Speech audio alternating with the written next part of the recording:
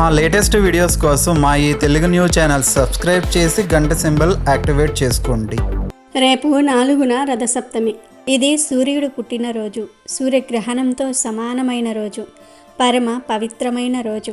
అయితే ఎంతో విశేషమైన ఈ రోజున మర్చిపోకుండా గుర్తుపెట్టుకుని ఈ ఒక్క ఆకు తింటే చాలు, మీ ఒంట్లోని దరిద్రమంతా కూడా పోతుంది, సకల శుభాలు కలుగుతాయి, గంటలో మీ శరీరంలోని చెడంతా కూడా పోతుంది. రథసప్తమి రోజు తప్పక ఈ ఆకును తింటే మనిషి దేహం వజ్రంలాగా మారుతుంది, మంచి ఆరోగ్యం చేకూరుతుంది, ఆయుష్ పెరుగుతుంది, అపర కుబేరులుగా మారిపోతారు. ఈరోజు ఎవరైతే ఈ ఆకును తింటారో అలాంటి వారికి ఉండే జాతక దోషాలు కూడా పోతాయి, వారి జాతకం అద్భుతంగా మారుతుంది. ఇక జీవితంలో కష్టాలనేవి రావు, వచ్చిన ఆ కష్టాలను ఎదుర్కొనే శక్తిని కలిగి ఉంటారు. చాలా మంచి జరుగుతుంది కనుక రథసప్తమి రోజు తప్పనిసరిగా ఈ ఆకును తినండి. మరి ఈ రథసప్తమి రోజు తప్పక తినవలసిన ఆ ఆకు ఏమిటో ఇప్పుడు మనం ఈ వీడియోలో వివరంగా తెలుసుకుందాము.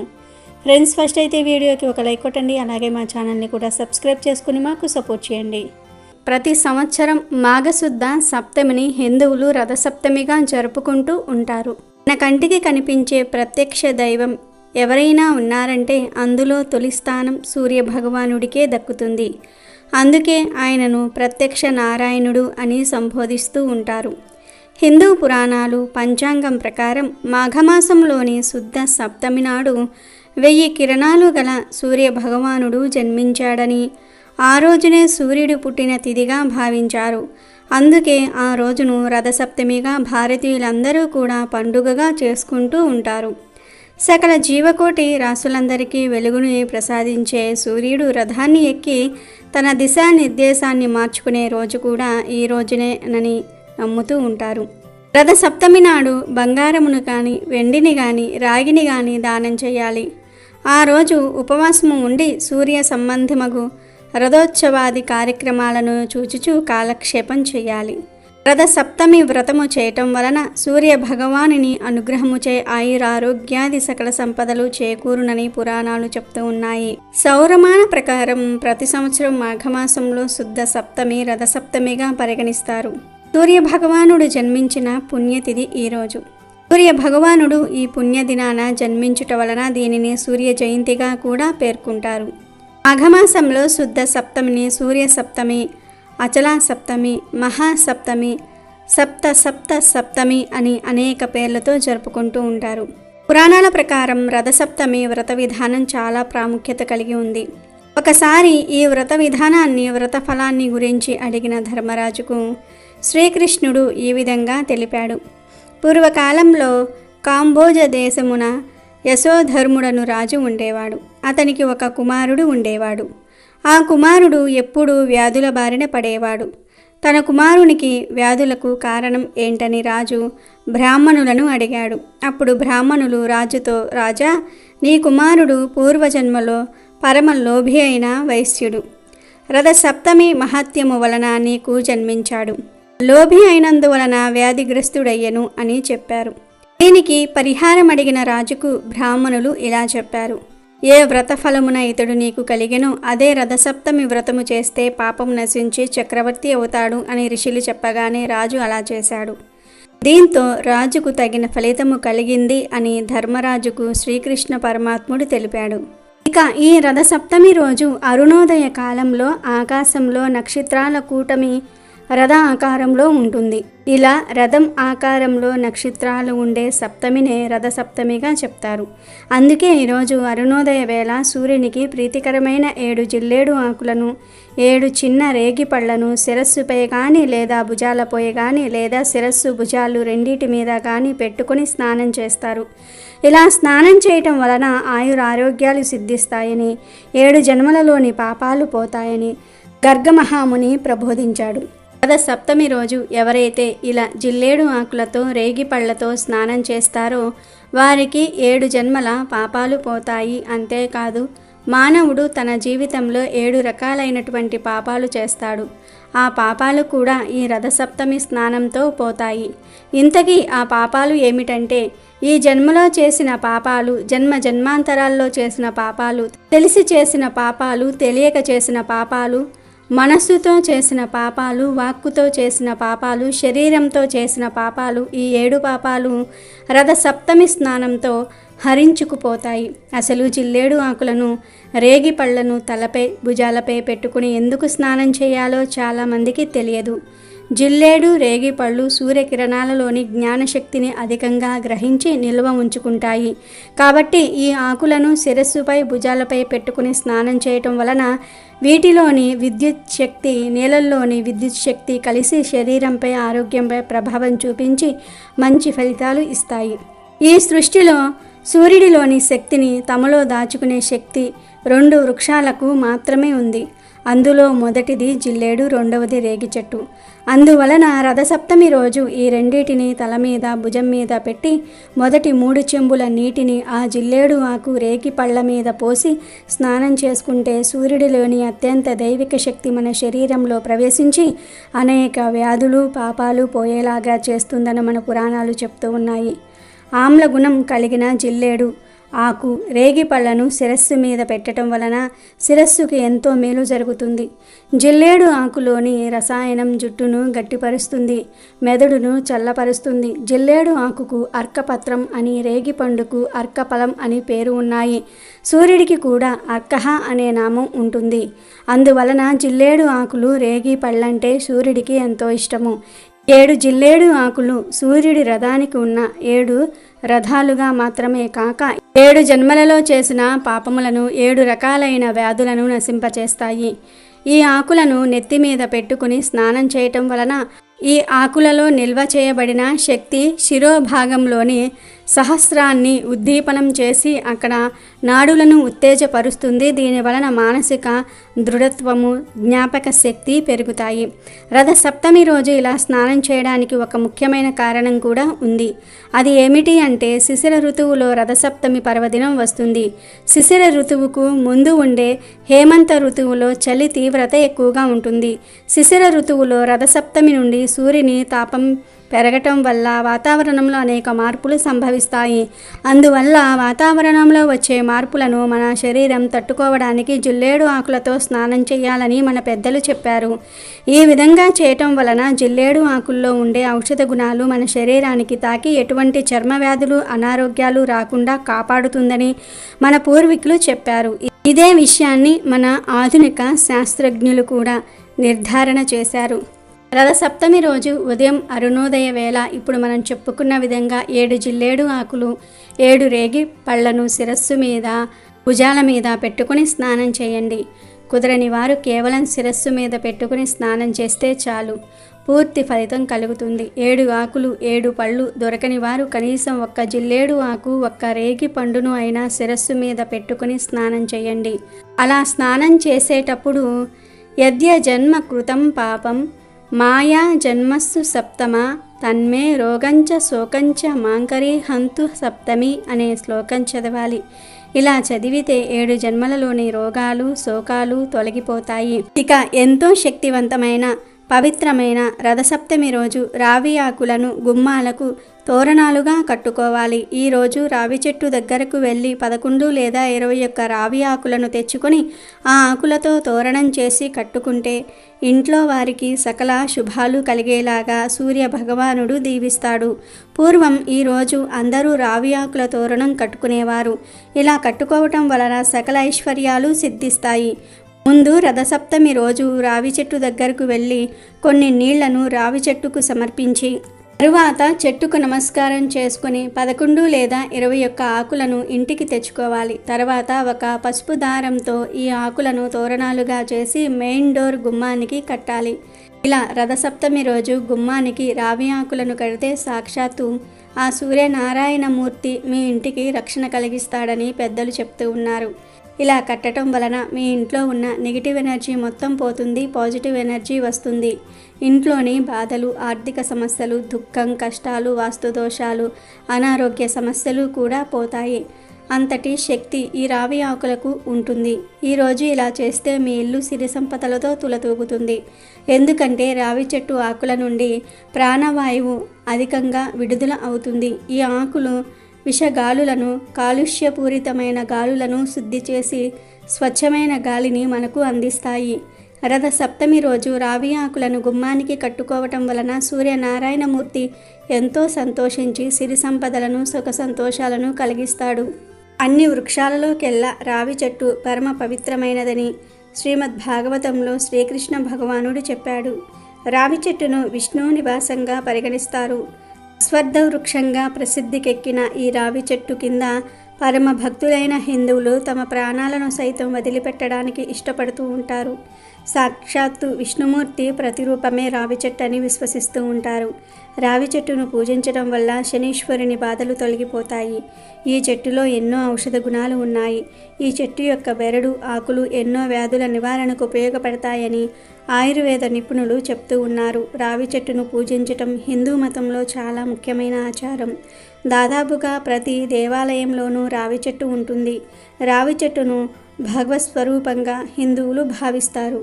కాబట్టి అందరూ కూడా రథసప్తమి రోజు ఈ రావి ఆకులను గుమ్మానికి కట్టి శుభ ఫలితాలను పొంది సంతోషంగా జీవించండి. రథసప్తమి రోజు ప్రతి ఒక్కరూ తప్పనిసరిగా ఈ ఆకును తినాలని శాస్త్రం చెప్తుంది. మరి ఆ ఆకు ఏమిటి అంటే రేగి ఆకు. అవును, రథసప్తమి రోజు రేగి ఆకును తింటే ఒంట్లోని రోగాలన్నీ కూడా పోతాయి. మళ్ళీ వచ్చే సంవత్సరం రథసప్తమి వరకు ఎలాంటి రోగాలు రాకుండా ఉంటాయి. ఆయుష్ పెరుగుతుందని శాస్త్రాల్లో ఉంది.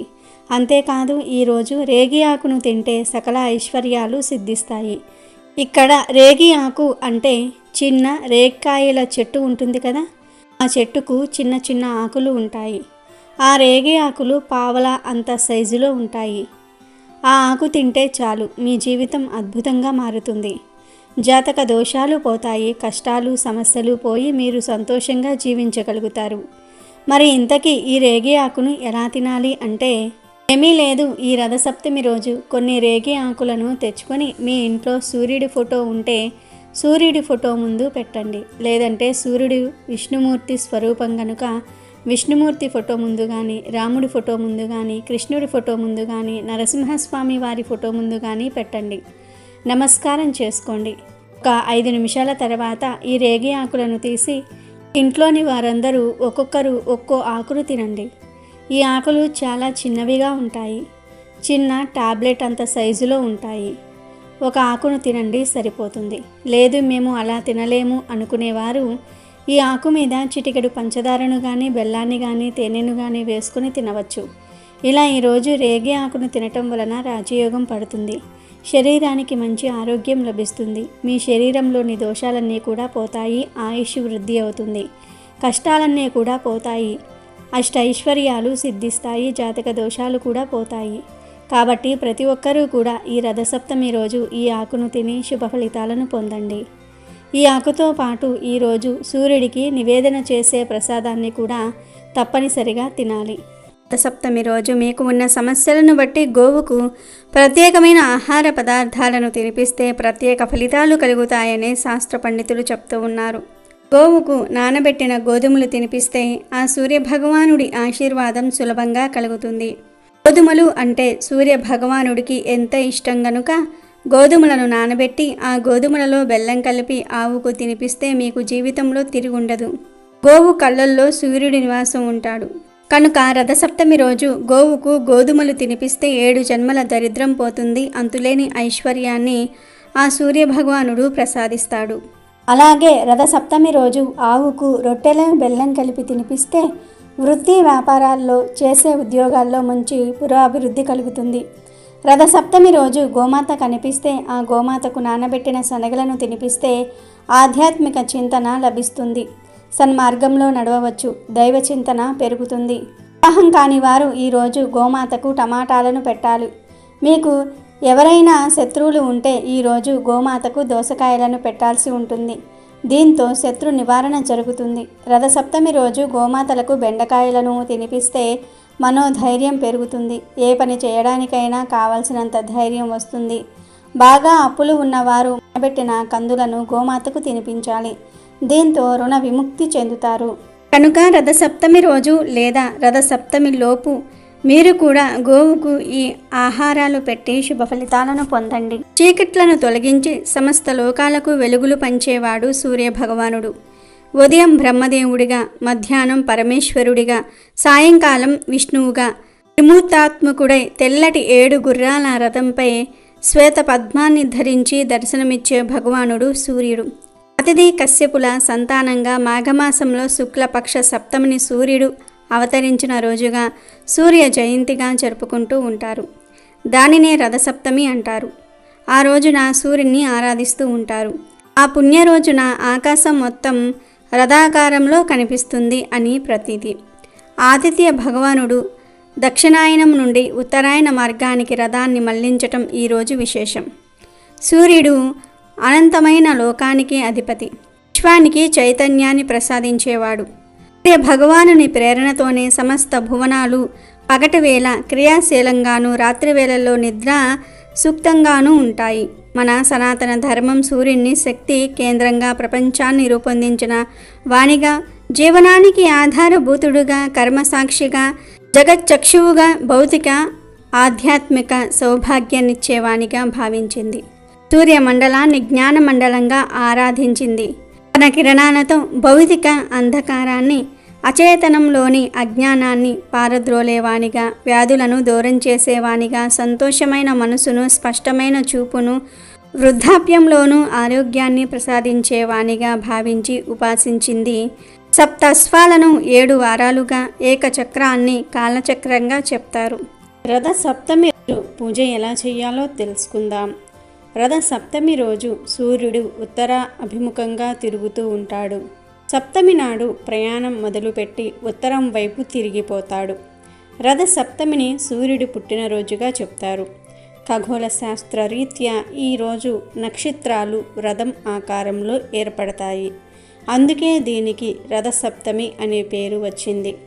సూర్యుడు పూర్తిగా ఉత్తరం వైపు ఈరోజు ప్రయాణం మొదలు పెడతాడు.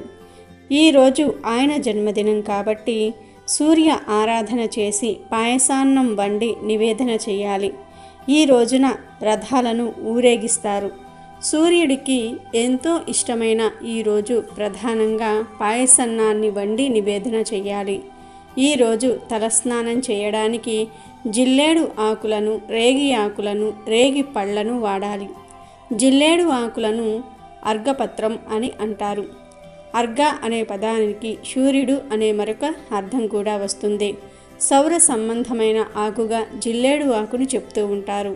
తరువాత రేగిని కూడా సౌర సంబంధమైన చెట్టుగా చెప్తారు. ఈ 2 చెట్ల ఆకులను అంటే 7 జిల్లేడు ఆకులను, 7 రేగి ఆకులను భుజాల మీద పెట్టుకొని వేడి నీటితో ఈరోజు స్నానం చేస్తే శరీరానికి కావలసిన ఔషధ గుణాలు లభిస్తాయి. దీనినే రథసప్తమి స్నానం అంటారు. అలాగే రథసప్తమికి చిక్కుడుకాయలతో రథం తయారు చేస్తారు. 7 చిక్కుడుకాయలతో చీపురు పుల్లలతో రథం చేస్తారు. ఈ రథం మీదకు సూర్యుడిని పిలుస్తూ ఉంటారు. చిక్కుడు ఆకుల్లోనే ప్రసాదం పెట్టి నివేదన చేస్తారు. చిక్కుడు ఆకుల్లోనే ప్రసాదం తింటారు. పూర్వం రోజుల్లో అయితే చిక్కుడు పాదు కిందే సూర్యకిరణాలు పడే చోట పొయ్యి పెట్టుకొని ప్రసాదం చేసేవారు. ఈ అవకాశం ఉంటే చేసుకోవచ్చు, లేదంటే సూర్యకిరణాలు పడే చోట చేసుకున్నా మంచిదే. ఏదీ కుదరకపోతే ఇంట్లో స్టవ్ మీద చేసుకున్నా సరిపోతుంది. వండే ఆహారానికి ఎండ తగిలితే వచ్చే ఆరోగ్యం వేరు. దీనిని ఓపెన్ కుకింగ్ అంటారు. పూర్వం ఓపెన్ కుకింగ్ ప్రచారంలో ఉండేది కాబట్టి రథ సప్తమి రోజు కుదిరితే ఎండ పడే చోట పాయసాన్నం తయారు చేసుకోండి. అప్పుడు ఆ పాయసం మరింత అమృత తుల్యం అవుతుంది. ముందు పాలు పొంగుతున్న పాలల్లో బియ్యాన్ని వేయాలి. కడిగిన బియ్యం పక్కన పెట్టుకుని ఆ బియ్యాన్ని 3 సార్లు వేసేవారు కొంతమంది. బియ్యాన్ని కడగకుండా నెయ్యి రాసి వేసేవారు ఇంకొంతమంది. ఎవరి అలవాటును బట్టి వారు పాయసం చేసుకుంటూ ఉంటారు. పొంగిన పాలను సూర్యనారాయణమూర్తికి చూపించి నమస్కారం చేసుకుని బియ్యం వెయ్యాలి. ఇందులో కిస్మిస్లు, జీడిపప్పు ఏమీ వెయ్యకూడదు. పాలతో బియ్యాన్ని ఉడికించి ఆ పాల పాయసాన్ని సూర్యుడికి సమర్పించాలి. చక్కగా ఎక్కడైనా సరే అలికి ముగ్గు వేసి కుంపటి ఏర్పాటు చేసుకుని పాయసం వండాలి. పక్కనే పద్మాల ముగ్గు వేసి చిక్కుడుకాయ రథం ఉంచి అందులోనికి సూర్యనారాయణమూర్తిని ఆవాహన చేసి ప్రసాదాన్ని పెట్టాలి. అయితే ఉడికే పాయసంలో కొన్ని ప్రాంతాల వారు చిక్కుడు గింజలు వేస్తారు. ఒక వెండి పళ్ళెంలో చిక్కుడు ఆకులు పరిచి దాని మీద వేడివేడి పాయసం వేసి నివేదన చేసుకోవచ్చు. వేడి పాయసం చిక్కుడు ఆకు మీద పడగానే దానిలోని రసం పాయసంలోనికి వచ్చేస్తుంది. చిక్కుడులోని ఔషధాలు బయటకు వస్తాయి. మనం ఎప్పుడూ చిక్కుడుకాయలు తింటూ ఉంటాం, కానీ చిక్కుడు ఆకుల గురించి పట్టించుకోము. చిక్కుడు ఆకులలోని ఔషధాలు శరీరానికి అందడానికి పెద్దలు ఏర్పాటు చేసిన పద్ధతి ఇది. చిక్కుడు ఆకుల్లో పెట్టిన నైవేద్యం చాలా బాగుంటుంది. దీని వలన ఆరోగ్యం సిద్ధిస్తుంది. జీవితానికి నియమబద్ధమైన జీవన విధానం అలవాటు అవుతుంది. ఇంట్లో ఆనవాయితీ లేకపోయినా రథసప్తమి పూజ ఎవరైనా సరే చేసుకోవచ్చు. చాలామంది ఆనవాయితీ ఉంటేనే చేసుకోవాలా అని అనుకుంటూ ఉంటారు. కాకపోతే పూజ అనేది ఎవరైనా సరే చేసుకోవచ్చు. రథసప్తమి రోజు గోధుమల దీపాన్ని వెలిగిస్తే అష్టదరిద్రాలు తొలగి అష్టైశ్వర్యాలు కలుగుతాయి. గోధుమలంటే సూర్యుడికి చాలా ఇష్టం కాబట్టి సూర్య జయంతి రోజు గోధుమల దీపం పెట్టాలి. మరి ఆ గోధుమల దీపం ఎలా పెట్టాలంటే, స్నానం చేశాక ఒక పీట మీద చక్కగా పసుపు రాసి కుంకుమ బొట్లు పెట్టి గంధం బొట్లు పెట్టి ఆ పీట మీద గుప్పిడు గోధుమలు పోయాలి. ఆ గోధుమల మీద 2 మట్టి ప్రమిదలు ఒకదానిలో ఒకటి ఉంచి ఆ మట్టి ప్రమిదలో నువ్వుల నూనె పోసి 12 వత్తులు వేసి దీపాన్ని వెలిగించుకోవాలి. 12 అంటే ద్వాదశ ఆదిత్యులకు సంకేతం. 12 రూపాలలో సూర్యుడు ప్రకాశిస్తూ ఉంటాడని పురాణాల్లో చెప్పారు. సూర్యుడికి 12 పేర్లు ఉన్నాయి. అందుకే 12 వత్తులు వేసి దీపాన్ని వెలిగించాలి. ఇలా పీటను చక్కగా అలంకరించి గోధుమలు పోసి ఆ గోధుమల మీద ప్రమిదలు ఉంచి నువ్వుల నూనె పోసి 12 వత్తులు వేసి గోధుమల దీపాన్ని వెలిగించినట్లయితే అష్టదరిద్రాలు తొలగిపోయి అష్టైశ్వర్యాలను సిద్ధింపచేసుకోవచ్చు. అలాగే రథసప్తమి సందర్భంగా 2 వస్తువులు దానం చేస్తే నవగ్రహ దోషాలన్నీ కూడా తొలగిపోతాయి. నవగ్రహాల అనుగ్రహం సులభంగా కలుగుతుంది. ఆ 2 వస్తువులు ఏమిటంటే, మొదటిది గొడుగు, రెండవది పాదరక్షకులు అంటే చెప్పులు, గొడుగు. ఈ 2 దానం చేస్తే మంచిది. ఈ 2 దానం చేయలేని వారు వీటిల్లో ఒక్కదాన్ని అయినా సరే దానం చేశారంటే విశేషంగా అదృష్టం కలిసి వస్తుంది. దగ్గరలో నది ఉన్నవారు ఎవరైనా సరే రథసప్తమి సందర్భంగా ప్రమిదలో దీపాన్ని వెలిగించి ఉదయం పూట ఆ దీపాన్ని తల మీద ఉంచుకొని నదికి వెళ్ళి ఆ నదిలో దీపాన్ని విడిచిపెట్టేయండి. మీ ఇంట్లో సభ్యులందరికీ కూడా జాతక దోషాలు తొలగిపోతాయి. మీకు ఉన్న సమస్త దరిద్రాలు తొలగిపోతాయి. కుటుంబానికి ఉన్న నరఘోష, నరపీడ, దృష్టి దోషం వాటన్నిటి నుండి కూడా సులభంగా బయటపడవచ్చు. రథసప్తమి సందర్భంగా సూర్యుడికి సంబంధించిన మంత్రాలు జపిస్తే సూర్యనారాయణమూర్తి అనుగ్రహంతో సకల శుభాలు కలుగుతాయి. కోనార్క్లోని సూర్య దేవాలయంలో, అరసవల్లిలోని సూర్య దేవాలయంలో రథసప్తమిని పురస్కరించుకొని మహావైభవపేతమైన ఉత్సవం జరుగుతుంది. కోనార్క్లో జరిగే ఈ రథోత్సవాన్ని చూడడానికి దేశ నలుమూలల నుండి భక్తులు తండోపతండాలుగా వస్తారు. ప్రతిరోజు సూర్య నమస్కారాలు చేయటం మంచిది. రథసప్తమి నాడు చేస్తే మరీ మంచిది. ఈరోజు ఆవునేతితో దీపం వెలిగించి సూర్య భగవానుడికి నమస్కరించుకుంటూ నది లేదా చెరువుల్లో వదిలితే మంచిది. సూర్యుడిని ఎర్రటి పూలతో పూజించటం శ్రేష్టం. రవితేజునికి రేగిపళ్ళు ఇష్టం కనుక ఈరోజు రేగిపళ్లను పరమాన్నాన్ని ఆతిథ్యునికి నైవేద్యంగా సమర్పించాలి. ఇతర మాసంలోని సప్తమి తిథుల కన్నా మాఘమాసంలోని సప్తమి తిథి చాలా విశిష్టమైనది. ఎందుకంటే స్వామివారి నిజరూప దర్శనం కలిగేది రథసప్తమి రోజే. మనం ప్రత్యక్ష దైవంగా సూర్యుని ఆరాధిస్తాం. నిత్య దేవతారాధనలో సూర్యోపాసన, సూర్య ఆరాధన ఎంతో ప్రాచీనమైనది. భగవంతుని కార్యాలైన సృష్టి, స్థితి మరియు లయలలో స్థితికి ప్రధానమైనటువంటి సూర్యుడు ప్రత్యక్షంగా పూజలందుకుంటున్నాడు. సూర్యుడు వర్షాన్నిస్తాడు, శరీరానికి కాంతినిస్తాడు, ప్రపంచాన్ని చూడగల కంటికి వెలుగునిచ్చి అన్నిటినీ చూసే శక్తినిస్తాడు. ఎండ ద్వారా తడిని పోగొట్టి అక్కడ పుట్టే వివిధ క్రిమికీటకాల ద్వారా వ్యాధులు రానికుండా రక్షిస్తాడు. సూర్యుడు ఆరోగ్య ప్రదాత. ఆర్జమిస్తే చాలు అష్టైశ్వర్యాలను ప్రసాదిస్తాడు. ఉత్తరాయణ పుణ్యకాలంలో సూర్యుని గమనం దక్షిణ దిశము నుండి ఇతర దిశకు మారే పర్వదినమే రథసప్తమి. రథసప్తమి నాటి బ్రహ్మ ముహూర్తంలో ప్రముఖ నక్షత్రాలన్నీ రథాకారంలో అమరి ఉండి సూర్య రథాన్ని తలపిస్తాయని ప్రతీతి. ఈ రోజు నుండి సూర్యుడికి భూమి దగ్గరవటం ప్రారంభిస్తుంది. భానుడి శక్తి భూమికి పుష్కలంగా లభించటం మొదలవుతుంది. సూర్య ఆరాధన వలన విజ్ఞానము, సద్గుణం, వర్చస్సు, మనోబలం, ఆయుష్, దానం, సత్సంతానం, శారీరక బలం కలగటమే కాక సర్వ పాపాలు తొలగిపోతాయి.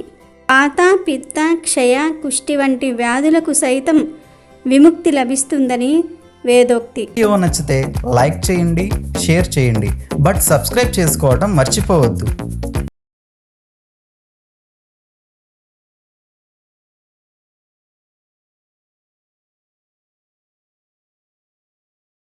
అమెజాన్లో బెస్ట్ డిస్కౌంట్స్ కోసం వీడియో డిస్క్రిప్షన్లో లింకు ఉంది, చూడండి. అలాగే మా టెలిగ్రామ్ ఛానల్ సబ్స్క్రైబ్ చేసుకోండి.